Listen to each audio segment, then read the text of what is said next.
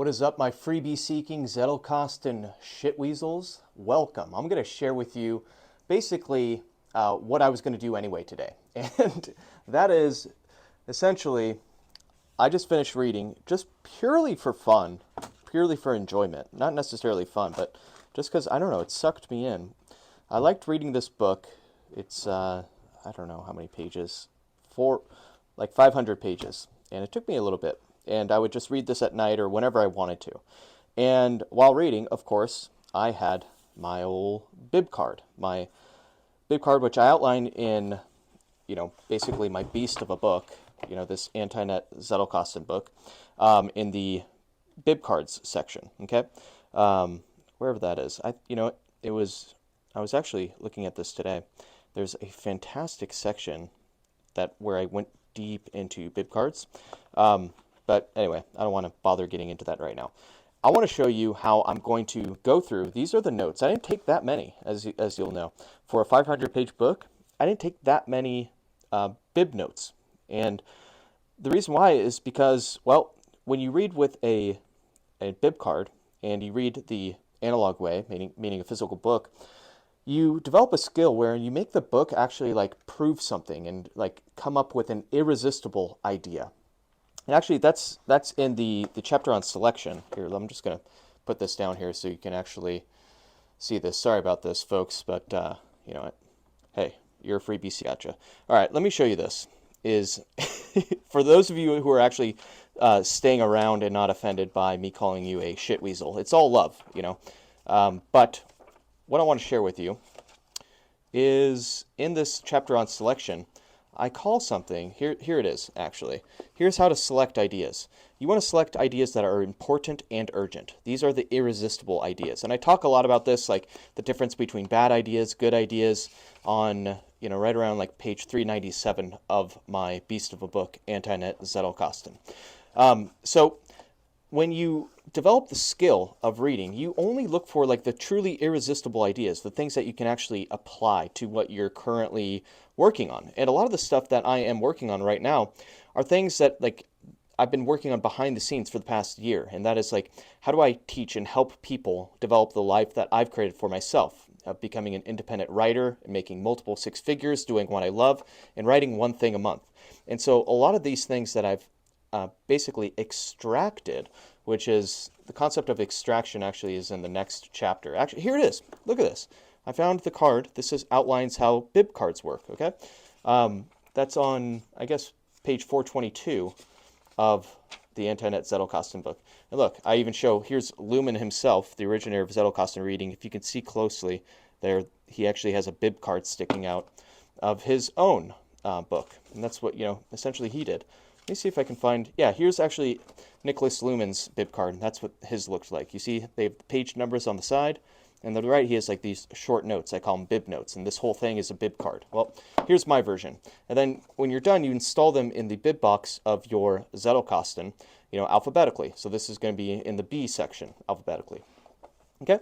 So anyway, what I want to show you, I'm not going to dive too deep into this. I do want to show you something called an xref, okay? Because I'm going to be creating a lot of these xrefs in this video. So the xref is in the creation section chapter on my book. I think it's like chapter 15. And here it is. Let's see here. I think it's on, yeah, here we go. Okay, so xref collectives, okay?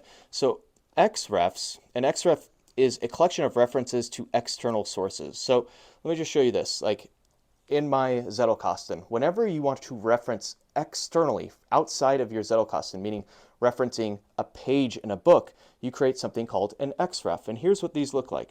Okay, here's what like at least Luhmann's looked like. And this is something Zanke Arens like has no idea what the hell it even is, because he's never even he's just written a book about Zettelkasten. He hasn't actually created one himself, okay? Or probably even studied Luhmann's, okay? So anyway, here's this card in section 17 of Luhmann's own Zettelkasten. So if you can read sloppy German handwriting, then you can read this. I cannot. But I have translated the actual page, at least at one point, about a year ago. And this is basically the bibliography information, and then that's the page number, if you can see that page number. So these are individual external references, where he's like referencing, and then 37, I think that's PP, or I think FF, which is a symbol for 37 in the following pages. Okay, that's what that means. And so, that's like the conventions he uses. So these are external references related to whatever topic that is, okay? And so that's what we're going to be doing. That's how to process books using a Zettelkasten way more efficiently and fast than creating a main card for every single point on your bib card. So I'm going to go through this book right now. This shows you like the process I go through, and it's obviously going to take me a little bit longer to go through it while I'm talking to you, freebie-seeking Zettelkasten shitweasels. So bear with me. All right. And by the way, I mean shitweasels with love. It's an endearing term, okay? You guys are shitweasels. You're Zettelkasten shitweasels. You're also anti-netters. Maybe some of you are anti-netters, and maybe some of you are even part of Scott Shepherd's actual tribe, okay? So anyway, here's the first item, was this term that I noticed on page 79, okay, of this book. And it's attitudinized, okay? I've never freaking heard that. And so, believe it or not, yes, some of the time I actually use a freaking dictionary, because I don't want to go on my phone and be stuck and sucked into the freaking, stripper type of fucking internet that basically your phone has turned into. It's like you go on YouTube and you're sucked into freaking, I don't know, boobs and talking heads and like a mustached, muscly guy named like Alex Hermosi, who's, talks like a freaking dickhead. And he has got a wife with a fake nose and talks like a man. It's like, there goes a freaking another 30 minutes of my freaking life, and I don't want to do that. So I have a fucking Merriam-Webster's dictionary in my drawer that I go through. So anyway, attitudinized. Let's go through that. By the way, when I cuss and call you a shitweasel, it's such an endearing term. You should be proud to be a freebie-seeking Zettelkasten shitweasel. Some of you are probably freebie-seeking Zettelkasten YouTuber shitweasels, and some of you are actually anti-netters, meaning you're part of the tribe, part of the movement, have purchased my book, and I know and like you. All right, let's see if we can find attitudinized. A-T-T-I, is that how you spell it? A-T-T, attitudinized. Wow, that's interesting. There it is. To assume an affected mental attitude. Huh, okay, interesting. So what I'm going to do here is I'm actually going to, and I'm going to show you, this is kind of crazy, okay? So attitudinized. I'm actually going to grab this. Right now, this camera's in my way, so I'm going to just do this for now. And I'm just going to actually write down, this is my own convention, I'm going to write down attitudinized right here. Watch this. Okay? On the front. This is how I teach myself new words. Okay? Then on the back, I'm going to write it down. So attitudinized. It means to assume an affected mental attitude. So I'm going to just move this over here. We'll zoom in a little bit so you can actually see me write. Okay? And it is to assume an affected mental attitude.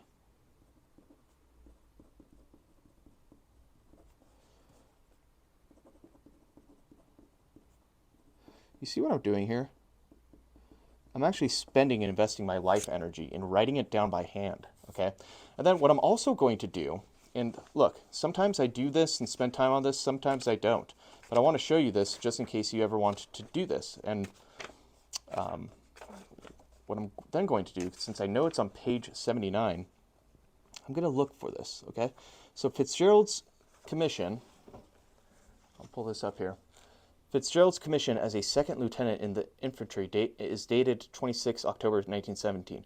Before leaving Princeton, he attitudinized for his mother. If you want to pray, pray for my soul, and not that I won't get killed. The last doesn't seem to matter particularly, and if you are a good Catholic, the first ought to. Okay, so he attitudinized for his mother. I'm just going to write that down, okay? Watch this. He attitudinized as a quote. He attitudinized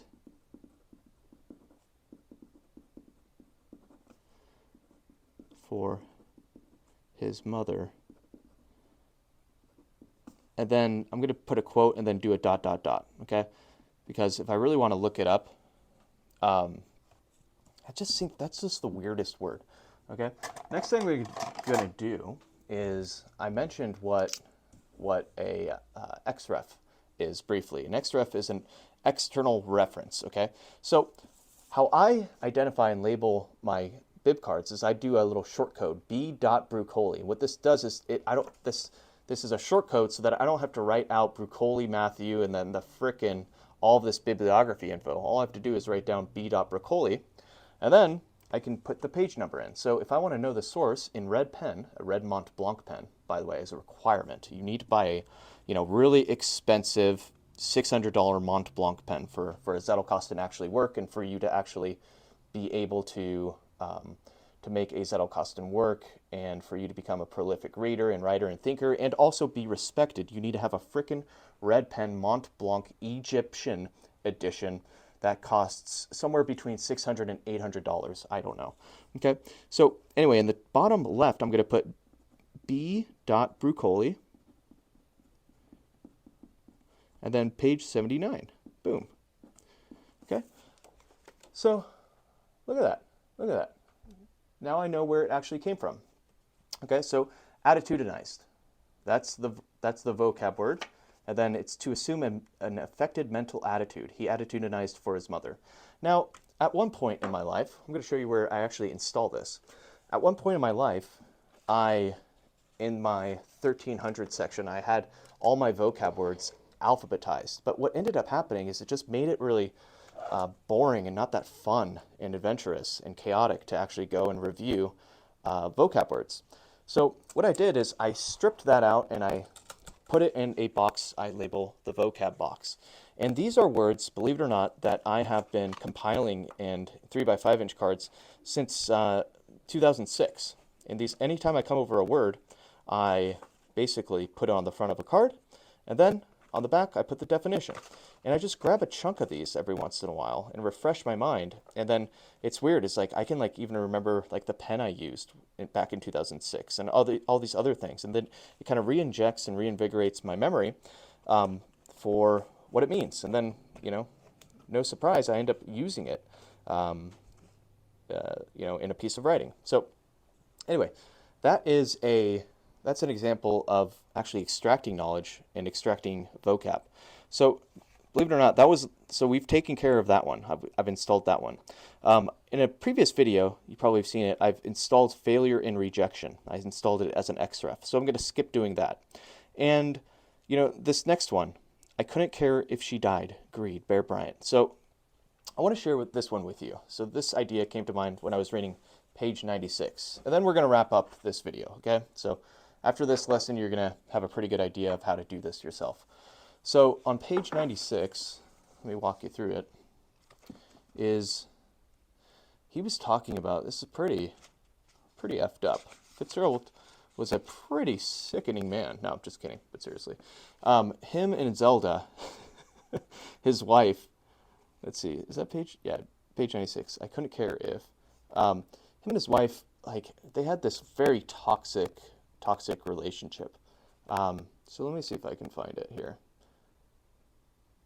Let's see.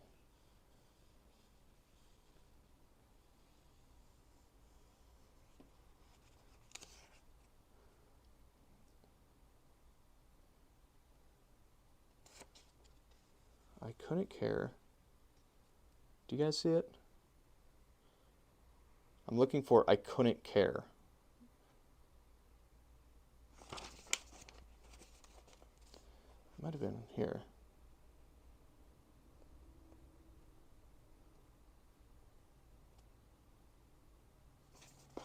I remember seeing this too. God damn it. Where was it? I was haunted. What did love say? Shoots.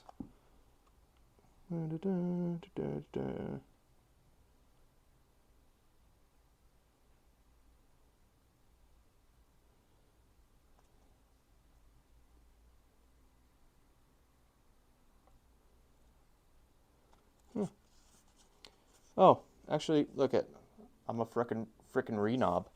I did a little mistake. Well, I guess that's what happens when you're reading right before you go into bed. So it was actually page 97. He said, I wouldn't care if she died, but I couldn't stand to have anybody else marry her. Like, what a crazy person that says that, you know? Like, I wouldn't care if she died, but I couldn't stand to have anybody else married her. Okay? So that's something like, what that highlighted to me, at least when I was reading it, was the concept of greed. Like, that's just craziness. So what I'm going to do is, anytime I want to write about greed or something crazy like that, what I'll do is, I'm going to pull up my index box, and this is, believe it or not, this is kind of like annoying and hard to do, so you better be thankful, you freebie seeking shit weasel. Okay, so, okay, greed. Look at this, greed. Okay, so right here, quotes on greed, all of that. So what I'll do is, instead of me digging in, I have an option. I can either dig into 241150H and look into that, or what I can do is, this is the lazy way, which I actually like to do, is I could just write down this is an xref, b.Bruccoli, and then 97, boom. And that's it. Look at that. So now next time I want to write about greed, I'm going to either pick up the book and go to page 97, or what I'll probably do first is I'll probably go to the bib card and look that up and kind of get the context and be like, oh yeah, I remember that. That's a pretty freaking sickening thing for F. Scott Fitzgerald to wish. Like, if he can't get a girl, like, he basically says, I wouldn't care if she died, but I just don't want anyone else to have her. Like, what a sick man. Freaking crazy, man. Demented. It was kind of an omen for, like, how the rest of their marriage went. I mean, freaking she, like, died in a fire in a mental institute, and he drank himself to death at, like, age 44, okay? Okay, so here's one last example I want to go through, is on page 138. There's this term about professed literary thief, okay? And what this section talks about in this page is F. Scott Fitzgerald admitted that he was a professed literary thief. Like, he would literally, and is write things out and write other authors out by hand, okay? And that's how he would learn how to write properly. And so I actually wrote an email about this recently. So I went straight from bib card to email. I didn't even write a main card, okay? So what I'm going to show you, what I want to do is, this relates to the concept of neuroimprinting. Neuroimprinting is writing out authors' words in order to actually learn how they think and how they write. So what I'm going to do is I'm going to go over to my index, and I'm going to find a section on neuroimprinting, okay? So let's try to find that. Let's see. Oh yeah, look at this. I have a section, neuroimprinting. By the way, I did not even look this up before I started shooting this video, so I have no idea what the hell is happening. As you can probably tell from me not being able to find that frickin' quote on page 97, which was written on page 96. All right, so neuroimprinting. What I'm going to do is, once again, I'm going to create an xref, an external reference. And let's see here. I'm going to move this down so you can see me write this out. So this idea of neuroimprinting comes from page 138 of b.Bruccoli. So I'm just going to put down right here, b.Bruccoli,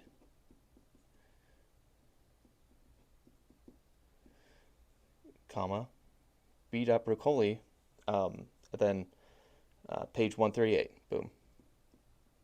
You know, the thought that popped into my head is, I'm wondering if I should just keep going and show you me finishing this out. You know what? Screw it. Let's do it. I'm going to finish this out and show you me finishing and installing this bib card, okay? By the way, this is taking about, 4 times as long showing you how to do this. I'm going to put this card down right here, okay? Okay, so I'm going to put this back. You see how I did that little bookmark? I put this vertically. A, B, C, D, E, F, G, H, I, J, K, L, M, N, O, P, Q, R, S, T, V, W, X, okay? So U, I guess, I have to I can't really think and do things at the same time, so that's why I actually had to frickin' sound out the alphabet because I get distracted. I'm holding a camera in my freaking hand, okay? So next one, 141, deadlines, writing short stories. I remember this. This was a really fascinating thing that, you know, what would happen is Fitzgerald would end up basically writing novels, okay?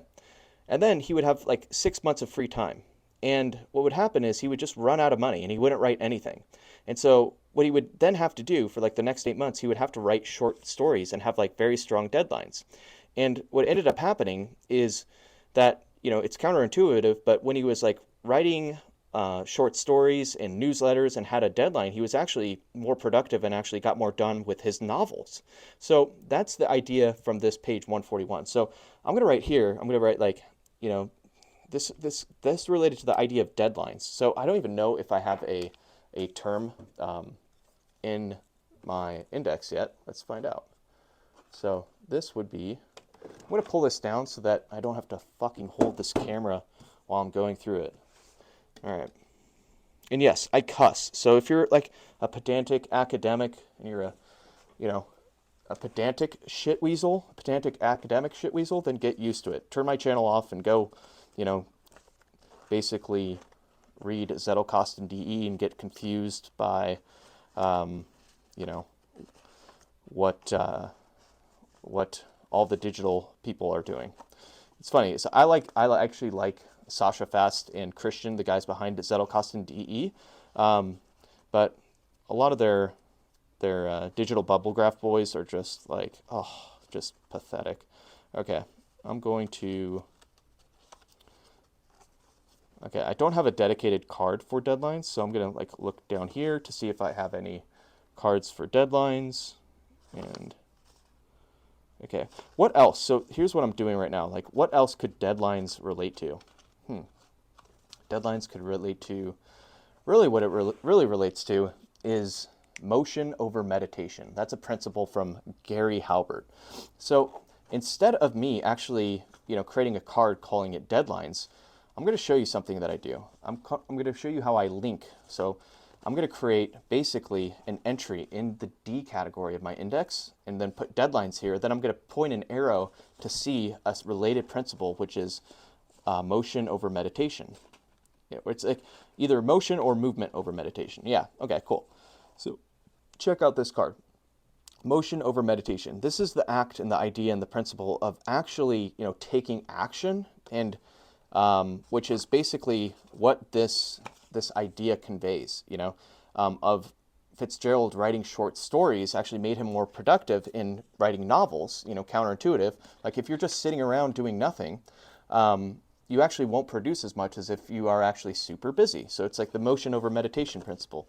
So what I'm going to do here is I'm going to take this out, and if you can see, let me move this so that you can see it. I'm going to write, zoom this in. I'm going to write down deadlines, okay? That way the next time I think of it, and then I'm going to point an arrow to see, and it's going to say, motion over meditation. So this means, hey, go look up in the index, and I'm going to put a quote around it, and also underline it. Just, I kind of like, I'm not as strict on my conventions. Sometimes I'll stick to it, sometimes I won't. But this means go see the index term, motion over meditation, okay? So what I'm then going to do, I'm going to go back to that motion over meditation principle right here. And then guess what?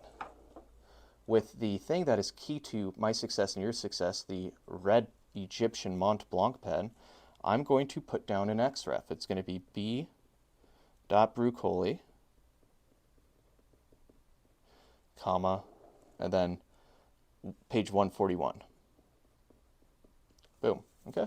I'm going to install and file this back in the section motion over meditation, which goes right here. All right. Next, on page 146, there was this fantastic Shakespeare quote. I almost feel like writing this out by hand. So page 146. Hopefully I actually got the page frickin' number right, so you don't have to see me dildo around and try to figure out where the hell it came from. Okay, page 146.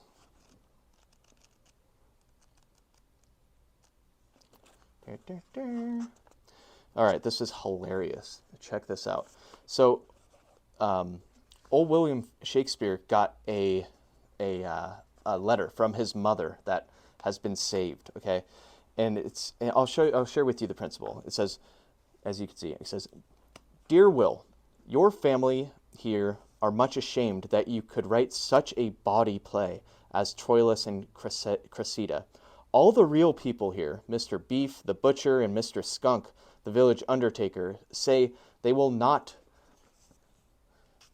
and then here's the next page, "be satisfied with a brilliant mind and a pleasant manner. If you really want to amount to something, you've got to be respected for yourself as well as your work. Affectionately, your mother, Mrs. Shakespeare." Okay, so what she's talking about is, like, William Shakespeare, he spent all of his time and his days frickin' just creating and writing and creating plays instead of doing quote unquote practical work, like working for, you know, the village undertaker, you know, or the butcher, right? She was like ashamed of him and saying, "You're never going to amount to anything in this world." So I thought this was a really funny quote and something to keep in mind. What does it relate to? It relates to, like, some people are not meant necessarily to, you know, they're meant to work in their craft, not in basically, you know, necessarily like what everyone else is doing. So what does this relate to? That's what I'm thinking about right now. I could either file it in funny quotes, you know, which I have actually a section for, but what I really want to file it in is like the idea of pursuing your fascination and your passion, because that's really where it comes from. It's like, you know, imagine if frickin' William Shakespeare decided to like succumb to the wishes of his mother and actually, just like stop writing plays and just follow what she said. So I looked up in my index fascination. Okay, so I'm gonna write down, create an xref. Okay. And as you can see, I want you to see me write this down. What I'm going to do here is I'm going to say how William Shakespeare, funny quote / letter from Shakespeare's, I'm going to do this on a second line, mother. And then I'm just going to create an xref for it. Okay, so the funny quote and letter from Shakespeare's mother. Lesson. Follow fascination. So this is saying, like, you know, a lot of people, when they try to find their niche or, you know, do anything in life, they end up like succumbing to the fears of society and like jumping into basically, you know, getting a 9-to-5 job and slaving away instead of following their passion. And that's what I'm a huge advocate of as an independent writer, creator, and thinker. Like, look, I frickin' cuss and call my people, aka you, freebie seeking Zettelkasten shitweasels for a living, and somehow, you know, make a make a 6-figure living doing so, right? Like, I'm not following the conventional route. Like, this is what I do for a frickin' living, right? And so that's what I want to teach my people, the people that I love, you know, people in my upcoming Right to Freedom incubator, the people that I basically take under my wing and show them how to do this. Like, so that's what I want to, that's why I want to, anytime I write about following your fascination, which I talk about in issue number 5 of the Scott Shepherd letter, basically I want to elaborate and show this hilarious quote of William Shakespeare. So I'm going to put B. Bruccoli. And then what was that? Page 146. All right. Then I'm going to go ahead and file this.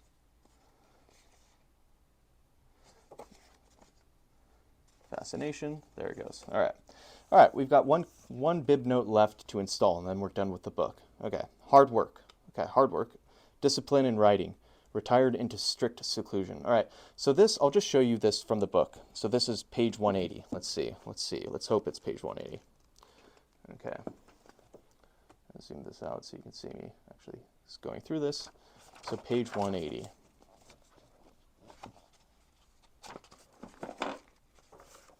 Move. All right. It's so annoying doing this with you and showing this with you. I'm so much more efficient. Like, I would be done in like probably about 6 minutes, and here we are on like minute 28, and I'm showing you how to do this. So whatever, my freaking freebie seeking shit weasel. I love you, basically, secretly, if you've made it this far. All right, 180, hard work. Okay, so discipline in writing. He retired into strict seclusion. So this was, you know, after he had early success. Here's draft, let's see this. It's kind of fun, and you know, and I don't normally necessarily go back and read, you know, but I wanted to show you this. So let's see. And look, I read this section probably about like 3 or 4 weeks ago. That's why it's hard for me to like find. But like, if you make it a practice to install these ideas, essentially like the next day, you're going to easily be able to find this a lot faster. All right, here it is. I remember this now. The first part of the quote says, "But Scott started a new novel." Okay, so Zelda was like partying her ass off, right? But he needed to actually go and start producing something. So this is like right before he started writing The Great Gatsby. So he retired, but Scott has started a new novel. This is Zelda's quote, okay, as you can see. But Scott has started a new novel and retired into strict seclusion and celibacy. Besides, any minute he might have to start over to famous players about TSOP. So what he's talking about, what she's talking about here, and what this idea talks about, and also I don't normally do this because, you know, Lumen never marked up his books, but because that was annoying as tits to actually frickin' find out where the quote was, you know, and I was like reading down here, I'm just going to put a little dot there so I know where to go in the future if I actually look this up, right? So what this is that like, honestly, whenever you want to create like a masterpiece and work, it's like you need to go and like it's hard work. That's the principle. You need to have discipline in writing. So that's where it's like, if you want to create any piece of good work, it's like basically, which he was partying his ass off, drinking a lot, and then when he went into strict seclusion and celibacy when he wrote, you know, The Great Gatsby, it's like no wonder that's like one of the greatest books. It sells like 300,000 copies a year still, right? And it came about from him like basically doing the work, taking things seriously, taking his craft seriously. So I think that's what that is like it relates to writing, it relates to discipline and hard work. So I'm going to start looking up, I'm going to look up in my index box right here. Discipline. Okay, so I can go to the main section on discipline and start, you know, jogging my mind, jogging my memory. I don't really want to do that right now. Like, what I've decided to do is I want to be just super efficient, because after I get done recording this video, I'm going to be cranking out and creating a ton of training videos and walkthroughs for, you know, my right to freedom people, the people I take under my wing in my incubator, and I train up on how they can set up a life and a business for basically, you know, reading, writing, thinking all day and making a hell of a 6-figure living. So that's what I'm going to do right after this. And so I don't want to actually spend time going through this. So I want to be very efficient with my time. Sorry, I'm fucking burping. Okay, so all right, page 180, discipline in writing. So for discipline in writing, I'm just going to put down "and writing," as you can see. So it's discipline and writing, and then I'm going to do, I'm going to zoom in so you can see this. Discipline and writing, and then B. Bruccoli, and then what was that? Page 180. You see that? The very last card, page 180. Cool. So I'm going to do page 180. I'm going to file that in the discipline section. Then what I kind of want to do too is, it's like I wrote discipline and writing. So I'm going to show you this. I have this writing section that's pretty elaborately built out. And so writing to think, I'll just show you some of these. Writing to think, writing practice, all of that, quotes, writing quotes, all principles of writing. You can see this, style and grammar, writer's block, drafts, process and techniques, drafts mainly copywriting, how to get draft goals down, routine. So it's like I've done this. This is from a previous F. Scott Fitzgerald book from Francis Kroll. His last assistant wrote this fabulous book. And so that's like the writing routine, writing and procrastination. So you see how we've done that? So I'm going to add another section over here. I'm going to put right here, this is like the third, writing card, writing index card, you can call it. I'm going to put writing and strict discipline.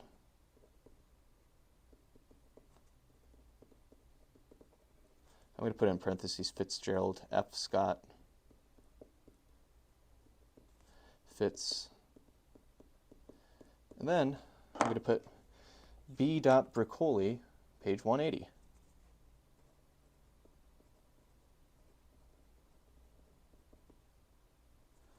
Okay, 180. Boom. Look at that. Now we are done, Okay. Isn't that easy? After you read a book, not only do you have to write out, notes in a bib card, you then have to spend 34 minutes going through it and installing it. Isn't that easy? By the way, I'm kidding. This takes like maybe 5 minutes for me to do without teaching, okay? So after I'm done with this bib card, what I do is I go over, this is the very last step, over to my bib box. And by the way, the reason my bib box is so small is because early on when I was, after I had read How to Take Smart Notes and was, unknowingly confused as hell, I started filing some literature notes like in the main sections, which, was a mistake. And at some point I'll probably go back and correct it, being that I had to learn the hard way how this frickin' thing actually works, how the Zettelkasten actually works. So I'm going to go to my section B. I've got to, shift the camera to my left hand because my right hand is like the only thing that I am actually proficient in using for this. And god damn it, this thing is fucking crammed. So I'm going to move this back here, okay, as you can see this, to create some space. Look at how freaking packed this thing is. This thing is so freaking packed. I'm going to move this. Give us some space so that it's not a pain in the ass to navigate through here. Okay, let's let these cards breathe a little bit, shall we? Cool. Okay, so now we're going to go into Bruccoli. So that's the very last card, okay? So we're just going to file this right here. And originally, how Lumen filed his, actually, he did it like this. But when I want to go and find the ideas, I don't want to have to like go and find the card and then have to turn it around. So I like to just file it like this now. And I'm going to go back at some point and, redo this. And so now all I have to do is look up Bruccoli in the top right corner. I can easily find it. Okay? So anyway, this gives you the lay of the land, the process of actually using a Zettelkasten to install knowledge and install insights that you get from a book. Anyway, hope this helped you, and always remember to stay crispy, my friend. Peace.